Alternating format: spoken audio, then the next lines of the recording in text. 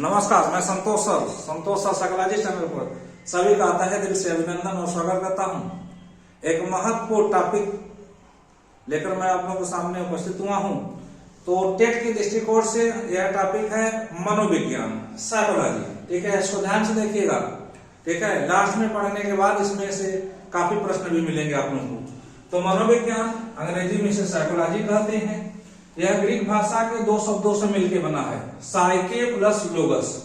ठीक है, साइके का अर्थ होता है आत्मा अर्थात सोल, और जो लोगस का अर्थ होता है अध्ययन, विचार विमर्श या विज्ञान। ठीक है, तो प्राचीन काल में मनोविज्ञान किसका अध्ययन करता था? आत्मा का अध्ययन। अब एक चीज और याद रखिएगा, प्राचीन काल में मनोविज्ञान जो है दर्शन की शाखा थी। किसकी शाखा थी? फिलॉसफी की शाखा थी।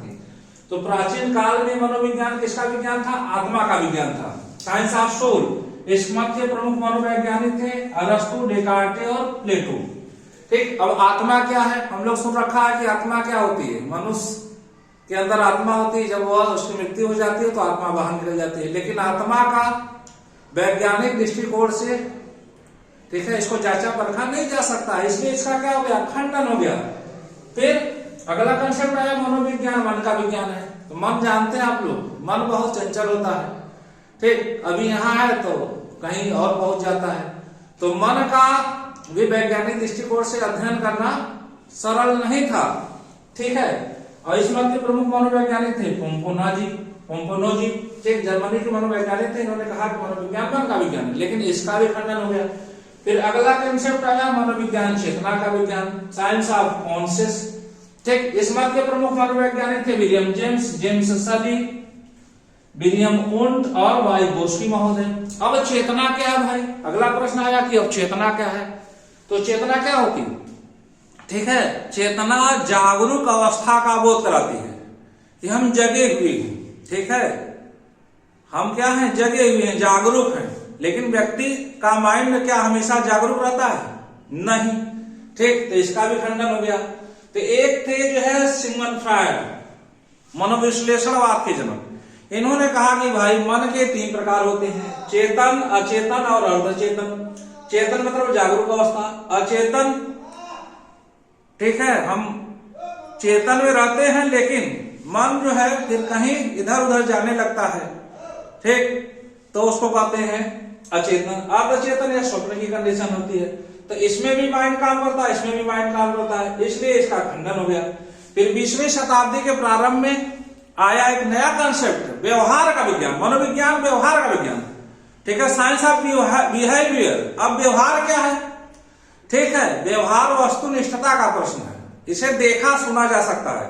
ठीक, जैसे कोई हमारे साथ व्यवहार कर रहा है, ठीक है, मुझको कुछ दिया, हमने उसको कुछ दिया, ठीक है, हमारी मदद की, हमने किसी की मदद की, तो इसको क्या कहते हैं? व्यवहार। इसको देखा और सुना जा सकता है। तो वर्तमान में मनोविज्ञान बालक के व्यवहार का अध्ययन करता है। ठीक है, तो इस मत के प्रमुख मनोवैज्ञानिक थे जेबी वाटसन, जॉन ब्रॉस वाटसन। तो व्यवहार मनोविज्ञान का जन्म किसे कहते हैं? तो जेबी वाटसन को। अब यहीं पे एक थ्योरी का जन्म हुआ, SOR थ्योरी।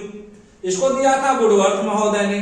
ठीक है, यस का मतलब होता है स्टिमुलस, उद्दीपक। उद्दीपक मतलब वह वस्तु जो हमें उत्तेजित करे। ऑर्गेनिज्म मतलब प्राणी, हम क्या हैं? प्राणी हैं। ठीक, रिस्पांस मतलब प्रतिक्रिया। तो जब हमको कोई चीज क्या होती है? उत्तेजित करती है, तभी हम क्या करते हैं? प्रतिक्रिया करते हैं। मान 2 पड़ोसी हैं, ठीक है, अगर हमने पड़ोसी से कुछ मांगा, ठीक, हम तो उसने दे दिया, अगर कुछ दिन बाद उसको भी जरूरत पड़ी तो अगर हम नहीं देंगे तो फिर हमको उद्दीपक नहीं मिलेगा, उत्तेजना नहीं मिलेगी, तो हम प्रतिक्रिया नहीं करेंगे। ठीक है, तो यह व्यवहार क्या? वस्तुनिष्ठता का प्रश्न है, जिसे देखा सुना जा सकता है। तो वर्तमान में मनोविज्ञान व्यवहार का अध्ययन करता है, इसको याद रखिए। तो इसी को जो परिभाषा के रूप में परिभाषित किया वुडवर्थ महोदय ने। मनोविज्ञान ने सर्वप्रथम अपनी आत्मा का प्रत्याग किया, फिर मन का प्रत्याग, पुनः चेतना खोई, अब व्यवहार की विधि को स्वीकार करता है। तो इसको भी याद रखिएगा। अब देखिए, प्राचीन काल में मनोविज्ञान किसकी शाखा थी? दर्शन की शाखा थी। लेकिन आधुनिक काल आते आते, ठीक है, मनोवैज्ञानिकों ने अपनी शाखा को अलग कर लिया। और इसको अलग करने वाले कौन थे? William James. ठीक, तो विलियम जेम्स।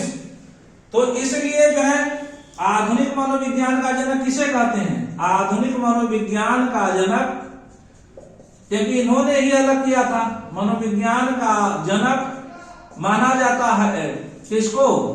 विलियम जेम्स महोदय को, विलियम जेम्स महोदय को। और जो प्राचीन काल में इसकी शुरुआत किसने की थी? तो अरस्तु, डेकार्टेस, प्लेटो ने। इसलिए जो है मनोविज्ञान का जनक किसे माना जाता है? अरस्तु को। और ठीक है, पहले बीए बीटीसी में जो है चाइल्ड साइकोलॉजी चलती थी, तो इसको भी याद रखिएगा। बाल मनोविज्ञान का जनक किसे माना जाता है? ठीक है, पेस्टोलॉजी को, पेस्टोलॉजी को। ठीक। और पहले बीएड 1 साल का था, तो उसमें शिक्षा मनोविज्ञान चलता था। तो शिक्षा मनोविज्ञान का जनक किसे माना जाता है? तो थार्नडाइक महोदय, थार्नडाइक महोदय को माना जाता है। इसको याद रखिएगा, थार्नडाइक महोदय को। अब जो है एक प्रश्न और है, मनोविश्लेषणवाद का जनक कौन है भाई? मनोविश्लेषणवाद का जनक कौन है? तो मनोविश्लेषणवाद का जनक कौन है? सिगमंड फ्रॉयड है। ठीक। और व्यवहार मनोविज्ञान का जनक कौन हो? तो जेबी वाटसन है। यशोवार थ्योरी किसने दिया था? तो वर्थ महोदय ने दिया था। यश आर थ्योरी की बात नहीं हो रही, यशोवार थ्योरी की बात हो रही है। तो ये समस्त चीजें याद रखिएगा। ठीक है, इसी तरह छोटे छोटे टॉपिक मैं लेकर आता रहूंगा, और उसके बाद प्रश्न के रूप में भी इसको दिया जाएगा आप लोगों को। ठीक है, 35-40 टॉपिक है, टेट के दृष्टिकोण से है, इसको ध्यान से पढ़ लीजिएगा। ठीक है, अगर ध्यान से पढ़ लेते हैं तो बाल मनोविज्ञान में 30 में 30 आसानी से आ जाएगा। और इसी के साथ एजुकेशन का भी पार्ट सुपर टेट के दृष्टिकोण से भी प्रारंभ किया जाएगा, तो उसको ध्यान से पढ़िएगा जो है। और इस वीडियो को जो है अधिक से अधिक लोगों को शेयर कर दीजिए और सब्सक्राइब कर दीजिए, जिससे इसका लाभ अधिक से अधिक लोगों को मिल सके। ठीक है, थैंक यू सो मच, धन्यवाद।